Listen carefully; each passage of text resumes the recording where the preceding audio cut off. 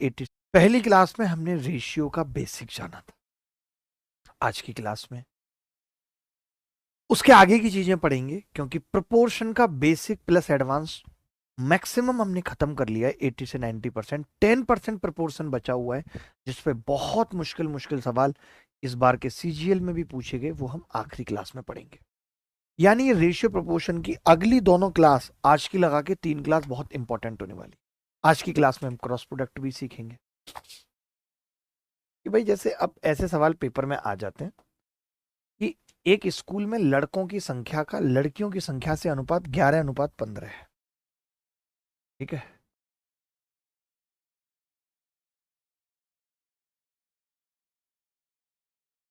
ये सवाल दिया हुआ है, पढ़ लीजिए सवाल क्या है, और नंबर मैं अपने हिसाब से डालता रहूंगा। जैसे ये 1 नंबर,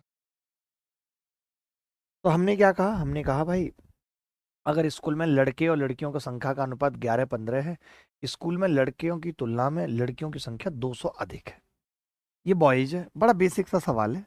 ये बॉयज है और ये गर्ल्स है, और ये कह रहा है कि जी ये 11 है और ये 15 है।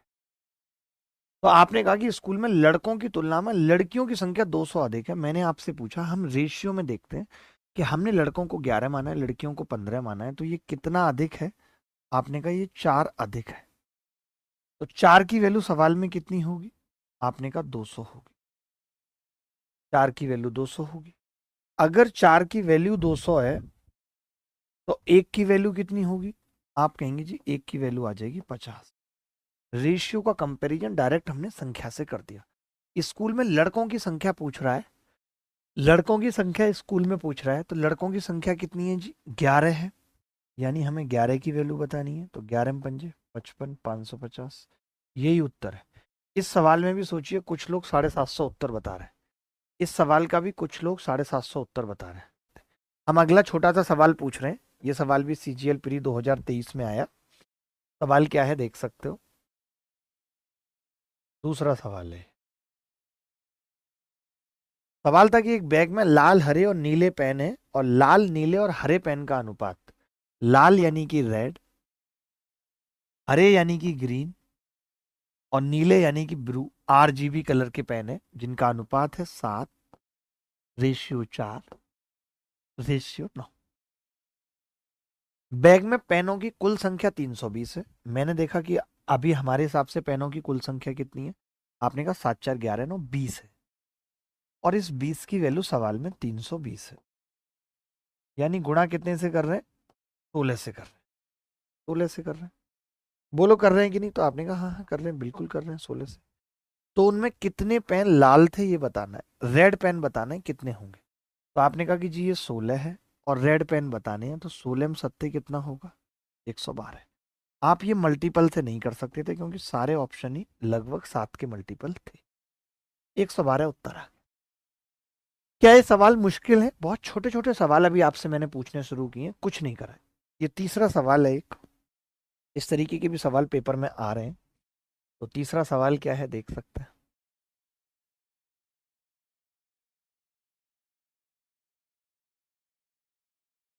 दो संख्याएं एक तीसरी संख्या से 17% और 50% अधिक हैं, दोनों संख्याओं का अनुपात क्या होगा। दो संख्याएं एक तीसरी संख्या से 17% और 50% अधिक है, तीसरी संख्या से। तो हमने क्या किया, यहाँ पे एक थर्ड नंबर लिखा, थर्ड नंबर, और दो संख्याएं यानी कि फर्स्ट और सेकंड। तो मैंने कहा कि मैं इस संख्या को 100 मान रहा हूं, क्योंकि मुझे परसेंटेज निकालना है, और परसेंटेज 100 का सबसे आसान होता है निकलना। तो आपसे सवाल में कह रहा है कि दो संख्या एक तीसरी संख्या से 17% और 50% अधिक है। अब ये इससे 17% अधिक है, ये इससे 50% अधिक है। तो आपने कहा कोई चीज 100 पे 50 ज्यादा होगी 150 होगी, कोई चीज 100 पे 117 ज्यादा होगी 117 होगी होगी।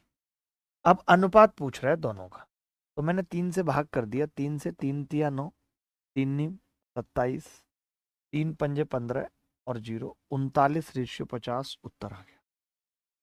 कितना उत्तर आ गया, 39:50। B is the correct answer, B is the correct answer.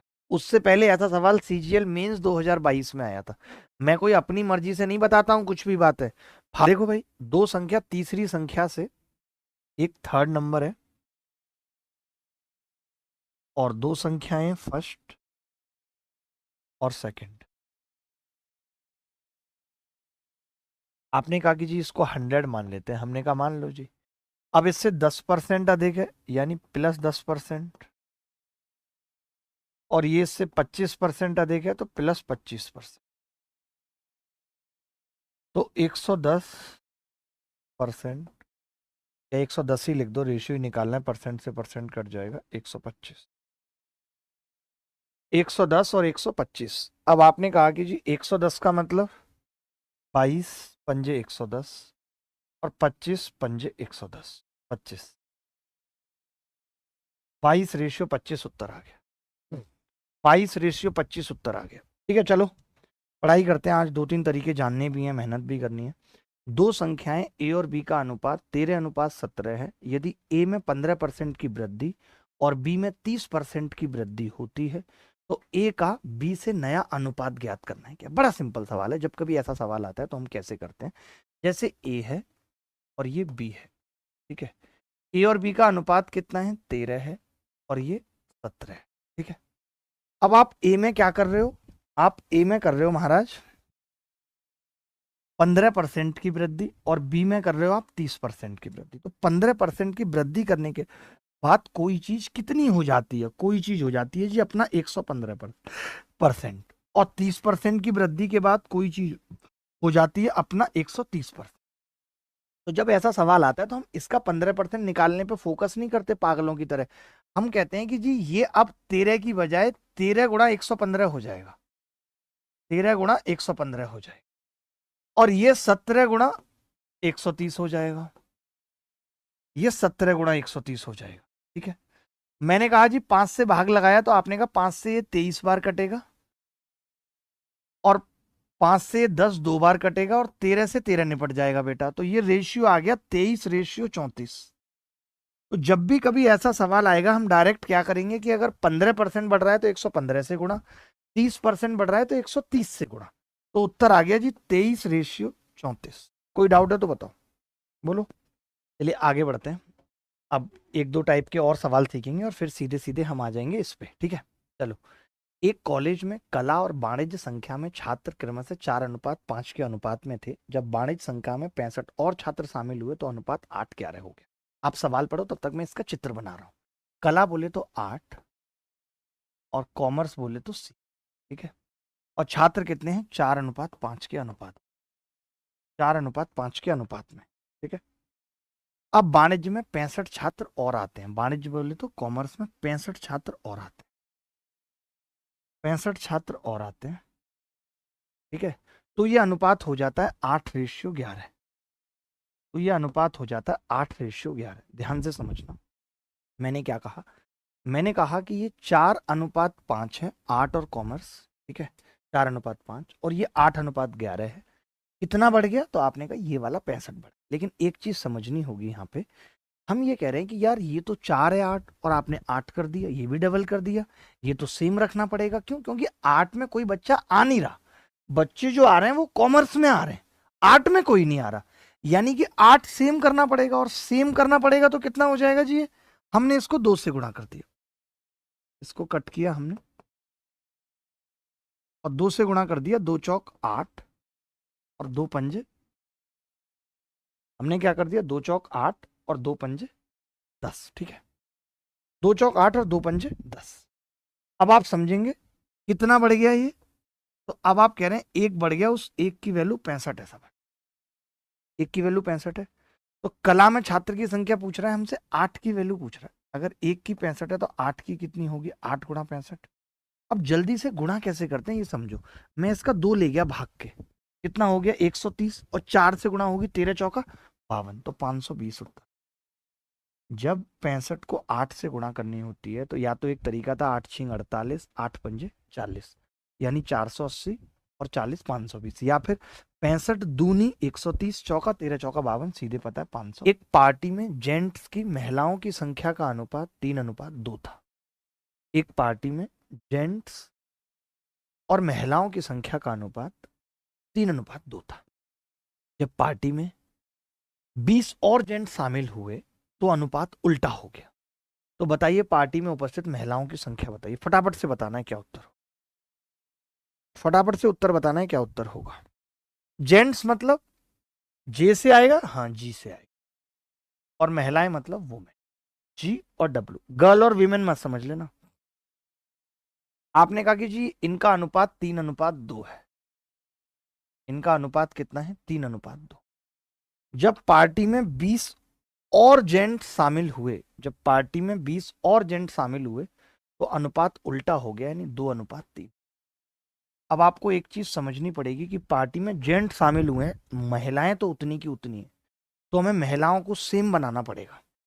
हमें क्या करना पड़ेगा? महिलाओं को सेम। महिला यहाँ 2 है, यहाँ 3, तो हमें इस वाले रेशियो को 3 से और इस वाले रेशियो को 2 से गुणा करनी पड़ेगी। आपने देखा ये 3 तिया 9 और 3 दूनी, इसको 2 से गुणा करनी पड़ेगी। 2 चौक, ये हमने किससे गुणा किया? इसको 2 से, इसको 3 से। 3 दूनी 6, 3 तिया 9, इसको 2 से की 2 दूनी 4, 2 तिया 6। ये तो बड़ा गलत सवाल है लेडीज। अच्छा उल्टा है जी, इंग्लिश में उल्टा है जी डेटा। वाह कमाल हो गया भाई। इंग्लिश में पहली वाली महिलाएं हैं और दूसरे वाले जेंट्स हैं। गलत लिखा हुआ है हिंदी में। महिलाओं की संख्या का अनुपात जेंट से 3:2 है, ठीक है। तो मैंने कहा पहले वाले को हमें 2 से गुणा करनी पड़ेगी, महिलाएं इक्वल, और दूसरे वाले को 3 से। तो क्या आ जाएगा जी रेशियो? आपने कहा कि जी ये आ जाएगा 2 तिया 6 और 2 दूनी 4 और 3 दूनी 6 और 3 तिया, ये आ जाएगा। यानी कितना बढ़ जाएगा? तो आप कहेंगे जी 5 बढ़ जाएगा। और इस 5 की वैल्यू सवाल में 20 दे रखी है, यानी 4 गुनी है। 5 की वैल्यू 20 दे रखी है, यानी 4 गुनी है। अगर ये 4 गुनी है तो पार्टी में उपस्थित महिलाओं की संख्या पूछ रहा है, महिलाएं कितनी है? 6 की वैल्यू पूछ रहा है। 5 चौक 20 है तो 6 चौक कितना हो जाएगा? 24। ये उत्तर। क्या सवाल करने में दिक्कत आ रही है कोई? क्या ये बेसिक रेशियो समझ में आ रहे हैं? कोई दिक्कत आ रही है सवाल करने में? मुझे बताओ। एक टोकरी में आम और सेब होते हैं, ध्यान से सुनना। एक टोकरी में आम और सेब होते हैं। अगर 11 सेब को टोकरी से निकाल दिया जाता है, यदि 11 सेब को टोकरी से निकाल दिया जाता है तो आम और सेब का अनुपात 5:3 हो जाता है। और फिर 10 आम को टोकरी में डाल दिया जाता है तो सेब और आम का अनुपात 39:75 हो जाता है। टोकरी में सेब की मूल संख्या बताओ क्या होगी? एक टोकरी में आम और सेब है, मैं लिख ले रहा हूं यहां पे, एप्पल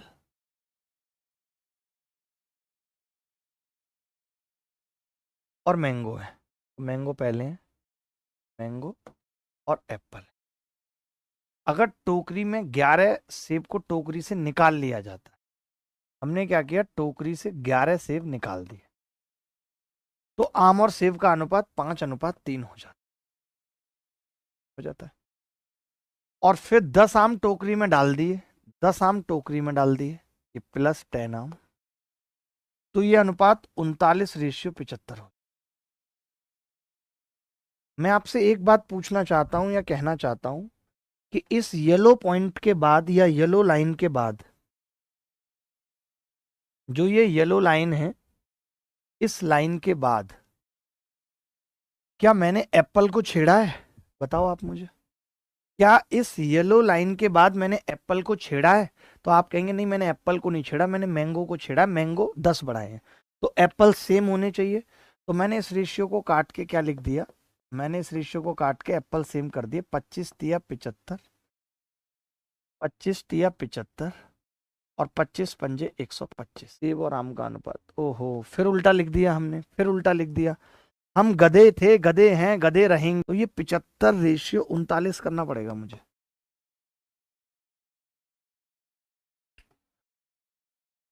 अब आपने कहा इसको सेम बनाना पड़ेगा, तो 13 तिया 39 और 13 पंजे 65। अब कोरिया का बच्चा बता सकता है कि कितना ऐड किया है, तो आप कहेंगे जी +10 ही किया है, और इस +10 की वैल्यू भी 10 ही है। इसका मतलब 39 की वैल्यू भी 39 होगी। तो 39 की वैल्यू 39 है। 39 मैंने क्यों निकाला है? क्योंकि मुझसे एप्पल पूछे। बट इस लाइन के बाद 39 हैं, जब 11 निकल गए तो इस लाइन से ऊपर कितने होंगे? तो आपने कहा 11 जुड़ जाएगा, तो 50 उत्तर आ जाएगा। मैंगो और एप्पल थे, 11 एप्पल निकाले तो अनुपात 5:3 हो गया, और 10 मैंगो डाले तो अनुपात 75-39 हो गया। मैंने कहा कि इस पिंक लाइन के नीचे मैंने एप्पल को नहीं छेड़ा, ना निकाला ना डाला, तो एप्पल सेम होने चाहिए। यहाँ 39 थे तो यहाँ भी 39 होने चाहिए।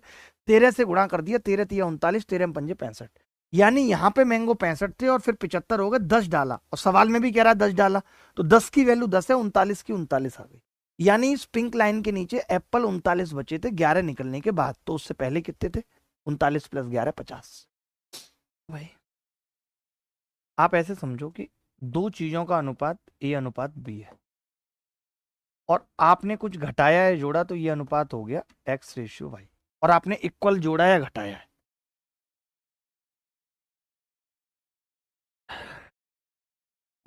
मैं ये कह रहा हूं आपने इक्वल घटाया है, ठीक है। आपने ए में से कुछ घटाया है तो वो x बन गया, बी में से कुछ घटाया तो वो y बन गया। मैंने कहा कितना घटाएंगे, तो आपने कहा ए में से x घटा दिया, a माइनस, और बी में से भी सेम घटाया, b माइनस वाई, और ये दोनों इक्वल है। ये दोनों क्या है भाई? इक्वल है, ठीक है।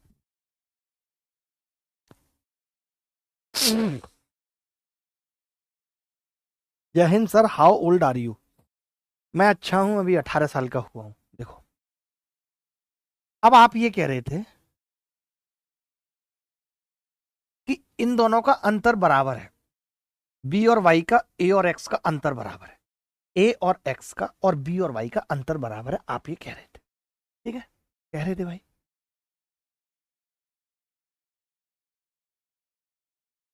मैंने कहा अगर मैं बी को इधर ले आऊं तो ए माइनस बी बराबर है एक्स माइनस वाई के। हमने क्या जाना? हमने ये जाना, एसी तो बंद है भाई।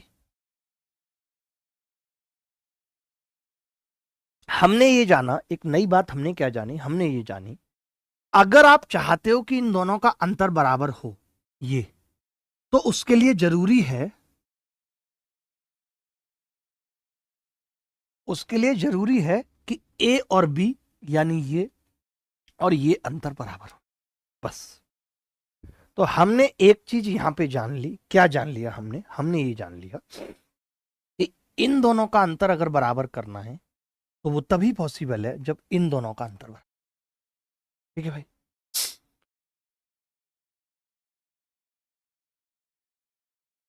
अब देखो इसी सवाल में क्या है, ये कह रहा है कि दो संख्याओं का अनुपात 5:6 बनाना था, और 3 5 में एक संख्या जोड़नी थी।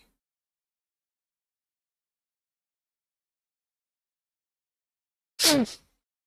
3 5 में एक संख्या जोड़नी थी, बहुत ध्यान से समझना इस बात को, ठीक है, बहुत ध्यान से। अब आपने देखा, अब जो लड़का नॉर्मल होता है पढ़ने वाला, वो क्या करता है? वो कहेगा कि जी 3 में कितना जोड़ूं कि 5 आ जाए? 2। बोलो, 5 में कितना जोड़ूं कि 6 आ जाए? 1। ये तो संख्या अलग अलग हो गई। जबकि हमने क्या पढ़ा अभी कि एक ही संख्या जोड़नी है दोनों में, यानी इन दोनों का अंतर हमें बराबर करना है। हमें क्या करना है? इन दोनों का अंतर बराबर करना है, इनका इनका। मैंने क्या ट्रिक बताई कि इनका अंतर अपने आप बराबर हो जाएगा अगर ये अंतर बराबर कर दिया। ये कितना है? 2। ये कितना है? 1। तो आपने कहा 2 और 1 को कैसे बराबर कर सकते हैं? तो आपने कहा इस वाले रेशियो को 2 से गुणा कर देंगे तो बराबर हो जाएगा। हो जाएगा। अब देखो, 3:5 था पहले वाला, दूसरे वाला 10:12 हो गया। अब आपसे मैं पूछना चाहता हूं कि कोरिया का बच्चा बता देगा कि 3 में क्या जोड़ूं कि 10 आ जाए? तो आपने कहा 7।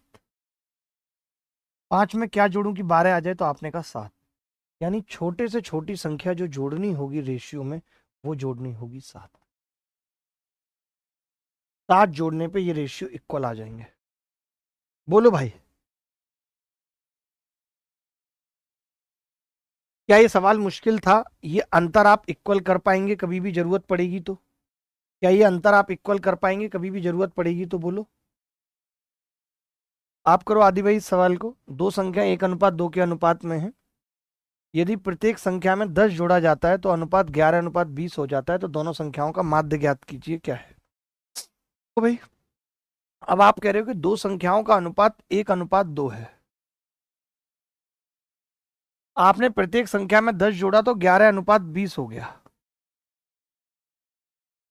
अब गैप कितना है, क्या हम सेम जोड़ रहे हैं? तो आपने कहा जी यहाँ पे आप 10 जोड़ रहे हो, यहाँ पे आप 18 जोड़ रहे हो, सेम तो नहीं है। तो मैंने कहा सेम कर लेते हैं, तो आपने कहा 1 और 2 का अंतर 1, 11 और 20 का अंतर 9, कर लेते हैं। अब इसको सेम बनाने के लिए क्या करना पड़ेगा, इसको सेम बनाने के लिए क्या करना पड़ेगा, तो आपने कहा ऊपर वाले को 9 से गुणा करनी पड़ेगी, हमने 9 से गुणा कर लिया जी ऊपर वाले को। तो ये कितना आ गया रेशियो, आपने कहा 9 एकम 9, 9 दूनी 18। ये कितना आ गया रेशियो, आपने कहा इसको तो गुणा ही नहीं करनी, 11:20। अब कोरिया का बच्चा बता सकता है कि जी कितना जोड़ रहे हैं हम दोनों में, तो आपने कहा जी 2 जोड़ रहा हूं, और इस 2 की वैल्यू कितनी दे रखी है सवाल में, 10 जोड़ने की बात कर रहा है, 2 की वैल्यू 10 है। अगर 2 की वैल्यू 10 है तो 1 की कितनी आ गई, 5 आ गई। हमसे इन दोनों संख्याओं का एवरेज पूछ रहा है, तो पहले मैं संख्या ही बता दूं, आप बताओ। तो आपने कहा नहीं जी एवरेज ही निकाल दो, तो इन दोनों का एवरेज कितना होगा, तो आपने कहा जी एवरेज होगा 9 + 18/2, 27 का मतलब 13.5। हमें इसकी वैल्यू बतानी है। अब अगर 1 की वैल्यू 5 थी तो इसकी वैल्यू क्या हो जाएगी, इसको हम ऐसा करते हैं, ऐसे बॉक्स में बंद कर देते हैं, सही रहेगा। तो आपने कहा जी 13 पंजे 65 और 55 25 2.5 67.5 आ जाएगा उत्तर। क्या आ रहा था सबका 67.5, ऑप्शन में ही नहीं है, ऑप्शन में ही नहीं है, नोटा आ रहा है जी।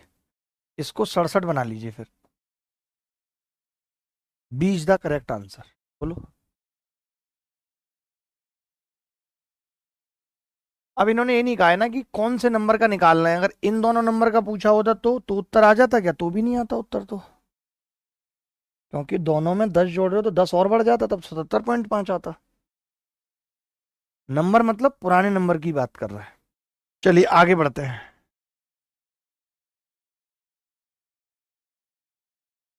दो संख्याएं एक सही 1/2, दो सही 2/3 के अनुपात में जब इनमें से प्रत्येक को 15 से बढ़ा दिया जाता है तो उनका अनुपात एक सही 2/3, दो सही 1/2 हो जाता है। तो अब सेम है, इसको मैं होमवर्क में दे रहा हूं क्योंकि कुछ भी नहीं करना है, पहले रेशियो निकालना है और फिर इक्वल करना है, उत्तर आ जाएगा। ठीक है, चलिए ये सवाल देखिए। अब इसमें हम फंस गए थोड़ा सा, इसमें फंस गए तो कैसे करेंगे, इसमें जब फंस गए तो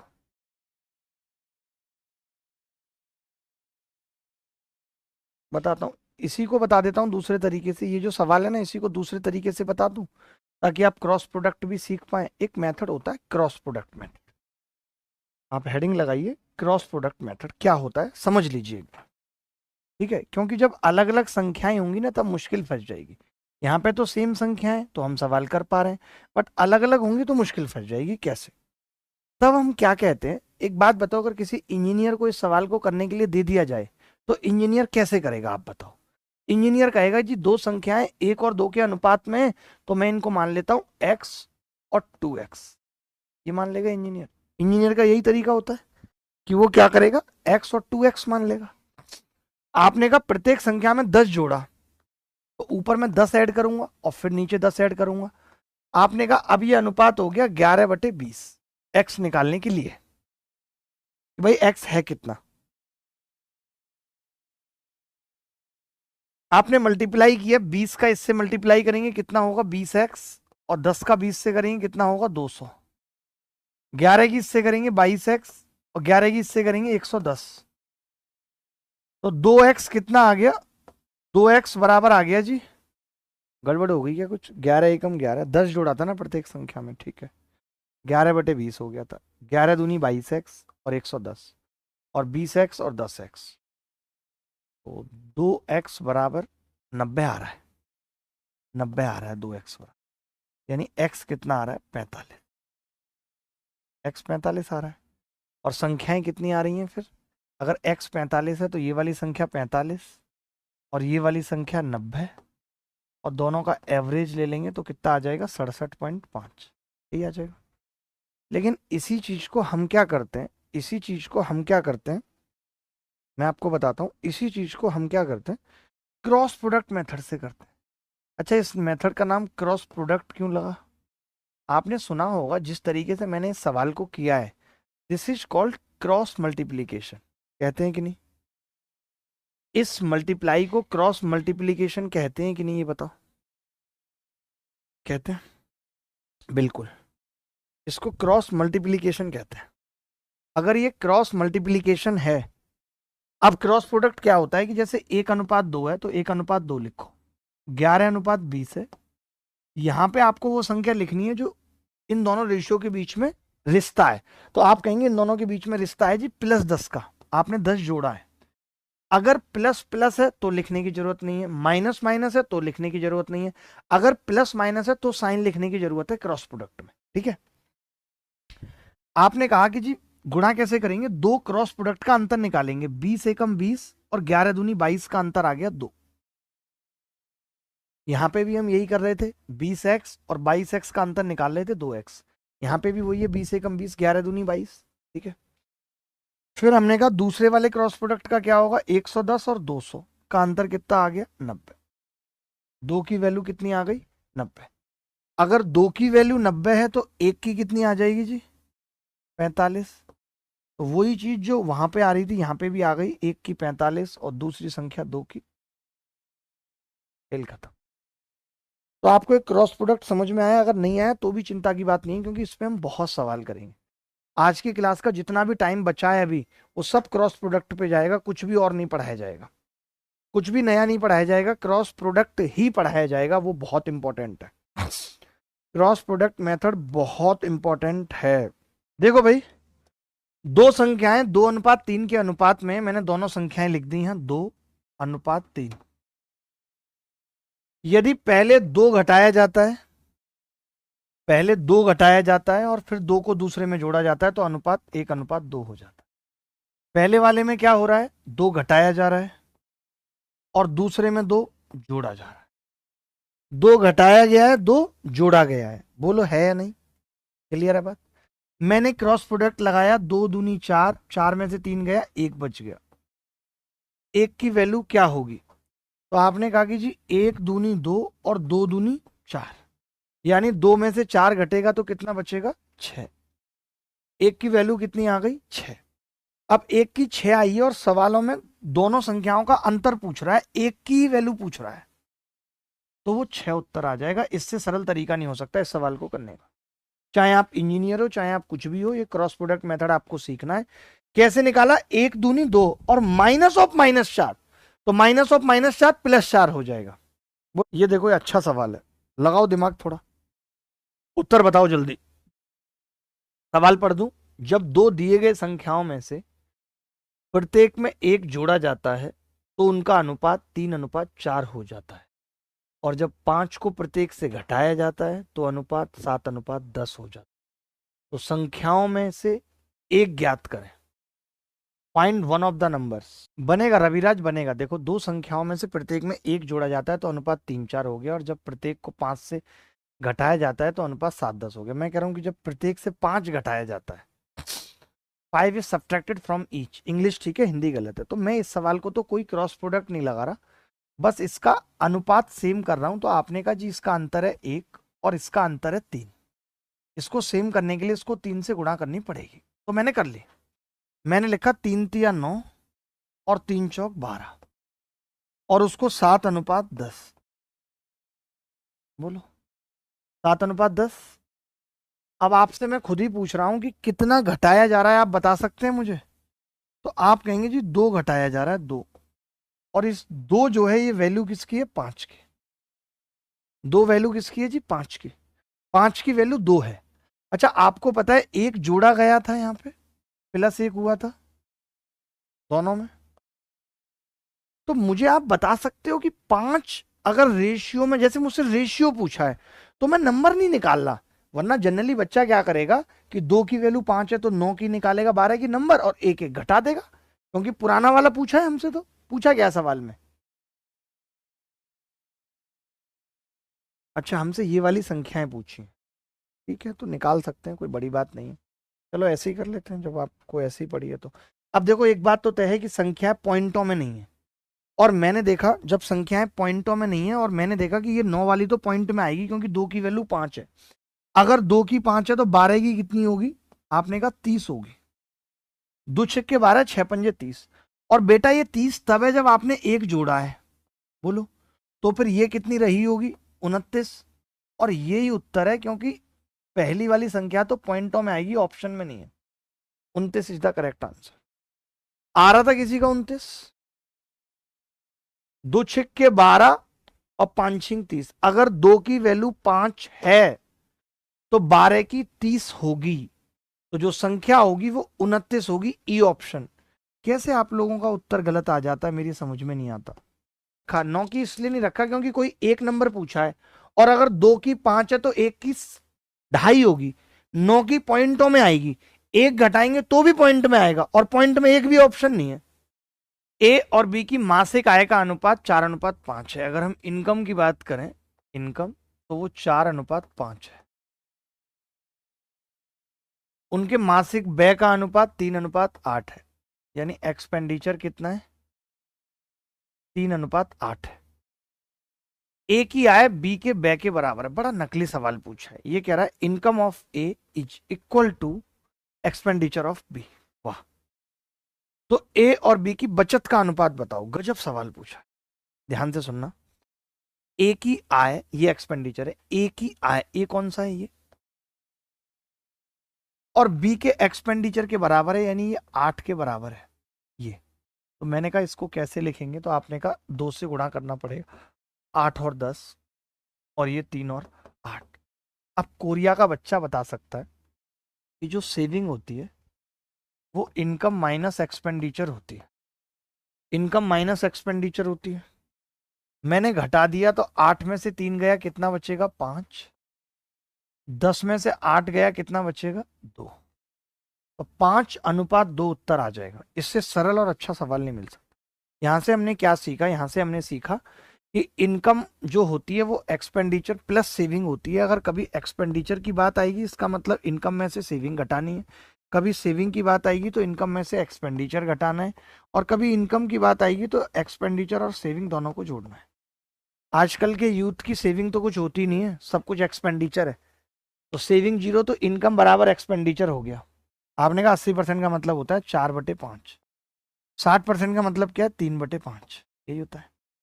ए की आय बी की आय का, तो मैंने यहां पे लिखा इनकम।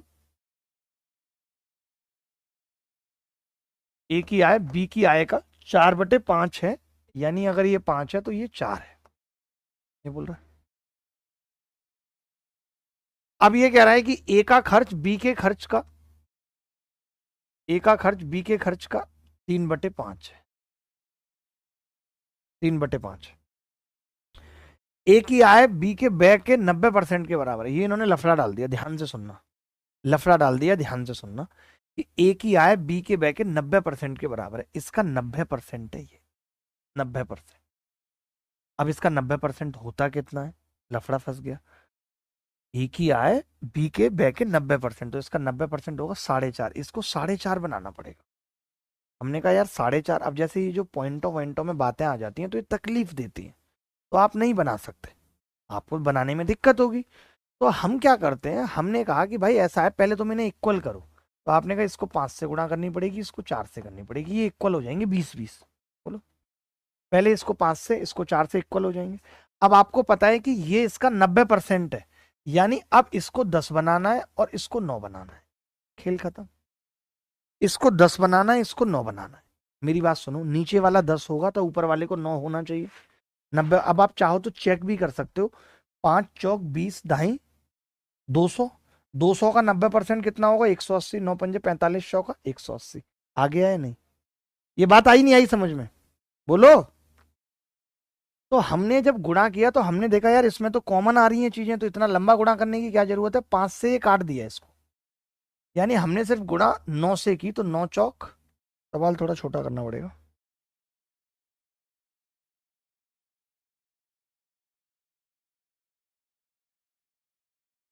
ठीक है, आपने कहा जी 9 से करेंगे तो 9 चौक 36, और 9 नीम 9 पंजे 45। आपने कहा जी इसको 8 से करनी पड़ेगी, 8 तिया 24 और 8 पंजे 40। कोरिया का बच्चा बता देगा कि 40 का 90% 36 है। जैसा बोल रहा है सवाल में वो कंडीशन सेटिस्फाई करनी पड़ेगी। अगर बी के एक्सपेंडिचर का 90% एक ही आया तो बनाना पड़ेगा, फिर बात बनेगी नहीं बिना बनाए। अब आपने देखा जी यहां से सेविंग कितनी आ जाएगी दोनों की। आपने कहा 36 में से 24 गए 12 और ये 5। अब क्या पूछ रहा है, ए की बचत बी की बचत से कितना परसेंट अधिक है। ये कितना अधिक है आप ही बताओ। तो आपने कहा 7 ज्यादा है। कितने पे, 5 पे। 100 पे कितना होगा, 140%। इक्वल किया इसको। मुझे एक बात बताओ, मैं अभी दोबारा और अच्छे से समझाता हूं। सवाल में था कि ए की इनकम आई बटे बी का एक्सपेंडिचर 90% है, यानी कि ये 9/10 होना था। ये मुझे 9/10 बनाना था। मैंने कहा यार लेकिन ये तो सवाल में 4 दे रखा है और ये 5। तो आपने कहा कि पहले आप इसको ऐसा करो, 5 से गुणा करो, इसको 4 से, रेशियो को कर सकते हैं, फिर इसको 9 से कर लेना, इसको 10 से। अब आप जरा बताओ देख के कि मैंने गलत किया है कुछ। रेशियो आ रहा है 20 से 20 कट के 9-10 या नहीं आ रहा। अब समझ गए होगे, अब समझ गए होगे।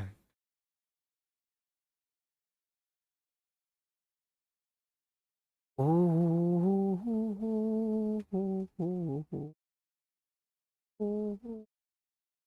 देखिए अगर आप इक्वल नहीं बनाओगे तो कैलकुलेशन बहुत गंदी हो जाएगी। सवाल करने में कुछ नहीं, सवाल करने में कुछ नहीं है, कैलकुलेशन बहुत गंदी हो जाएगी, बस इतनी सी बात है।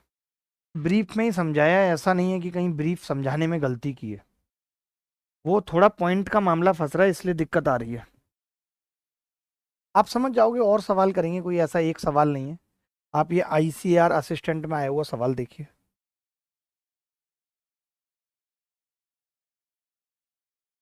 ए की आय बी की आय से 40% अधिक है। ए की आय बी की आय से 40% अधिक है और बी का व्यय ए के व्यय का 66.2/3% है। यदि ए का व्यय बी की आय के 1.25 गुना के बराबर है, ए और बी की बचत का अनुपात ज्ञात करें, क्या होगा।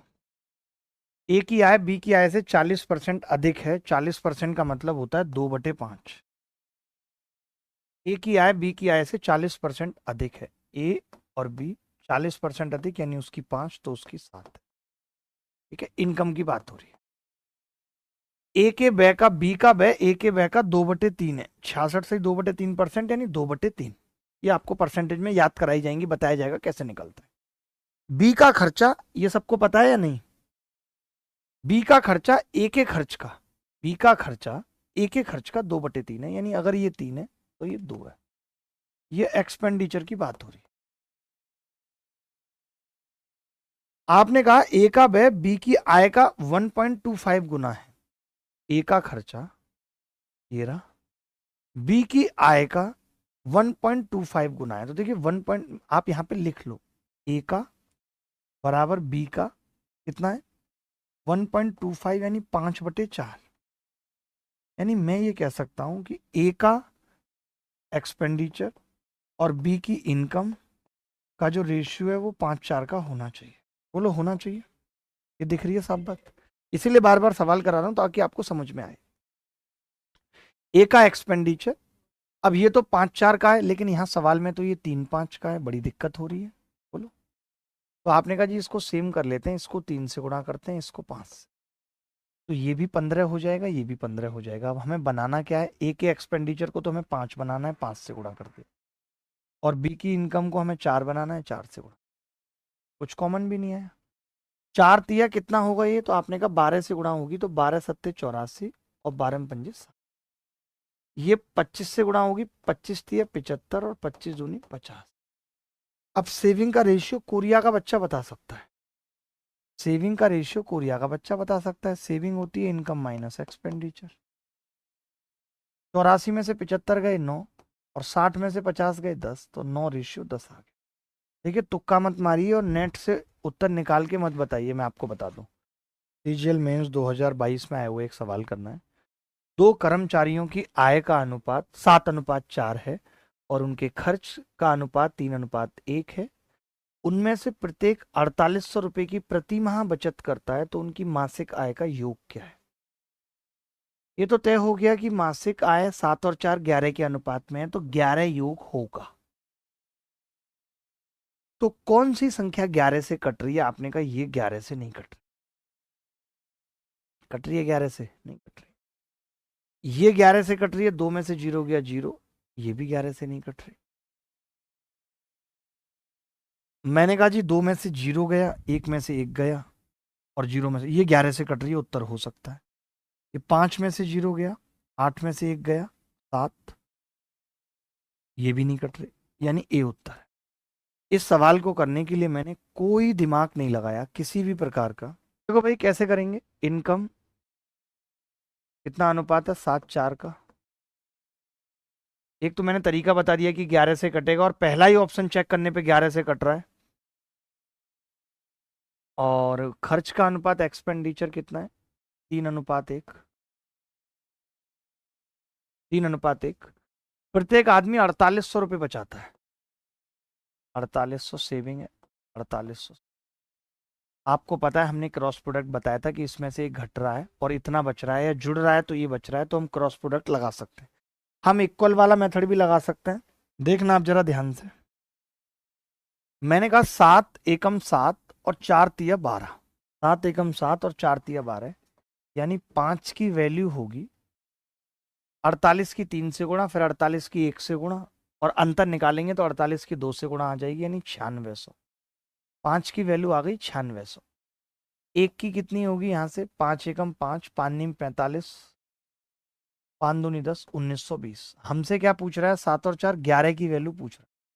टोटल 0, 11 दूनी 22 का 2 हासिल 2, 11 निम्न 99 और 2, 101 हासिल 10, 11 एकम 11 और 10 21। आप सोचिए, मैंने आपको डायरेक्ट भी करना सिखाया था, और इस बैच की खासियत है कि हम आपको हैंड टू हैंड चीजें करना सिखाते हैं। हम बैच के अंदर आपको बताते हैं कि अगर ऐसा सवाल आया, दोनों की मासिक आय का योग पूछ रहा है, तो वो 7 और 4 11 से कटेगी, और 11 से एक ही ऑप्शन कट रहा है। मैं भी इस सवाल को इक्वल करके और करूंगा। इस सवाल को इक्वल करके भी और करूंगा।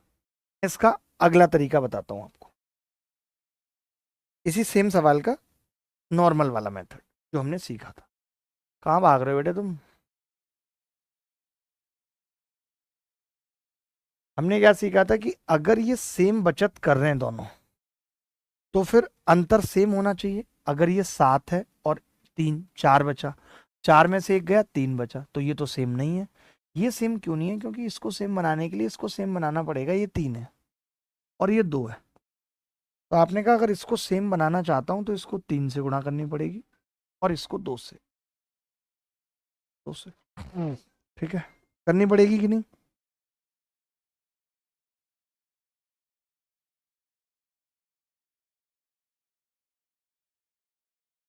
देखो ध्यान से। आपने कहा कि जी इनकम कितनी है, तो मैंने कहा जी 2 से गुणा करके, 2 सत्ते 14 और 2 चौक 8 है। फिर जी मैंने इसको 3 से गुणा करा, एक्सपेंडिचर कितना है, तो आपने कहा जी 3 दूनी 3 तिया 9 और 3 एकम 3 है। अब आप देख सकते हो यहां से कि दोनों बंदे ही 5-5 रुपए बचा रहे हैं, और इस 5 की वैल्यू 4800 दे रखी है सवाल। एक की कितनी आ जाएगी? आपने कहा 5 नीम 45, 5 छिंग 30, 960। हमें निकालनी है 14 और 8 22 की वैल्यू निकालनी है, तो 21 120 उत्तर। इक्वल करके भी इस सवाल को किया जा सकता था। चलिए कुछ एक सवाल होमवर्क में दे रहा हूं आपको। ये सवाल होमवर्क में करना है, RW।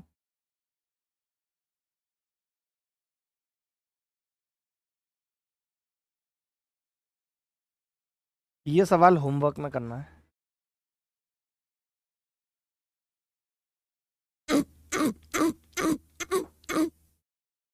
ये देखेंगे।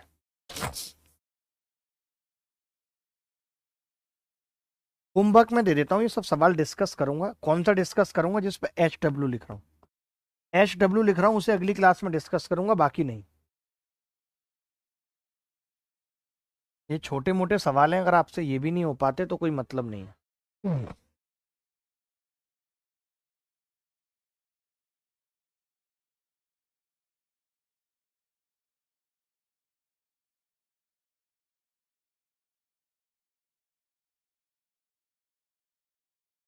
मैंने सोचा था ये खत्म हो जाएगा टाइप।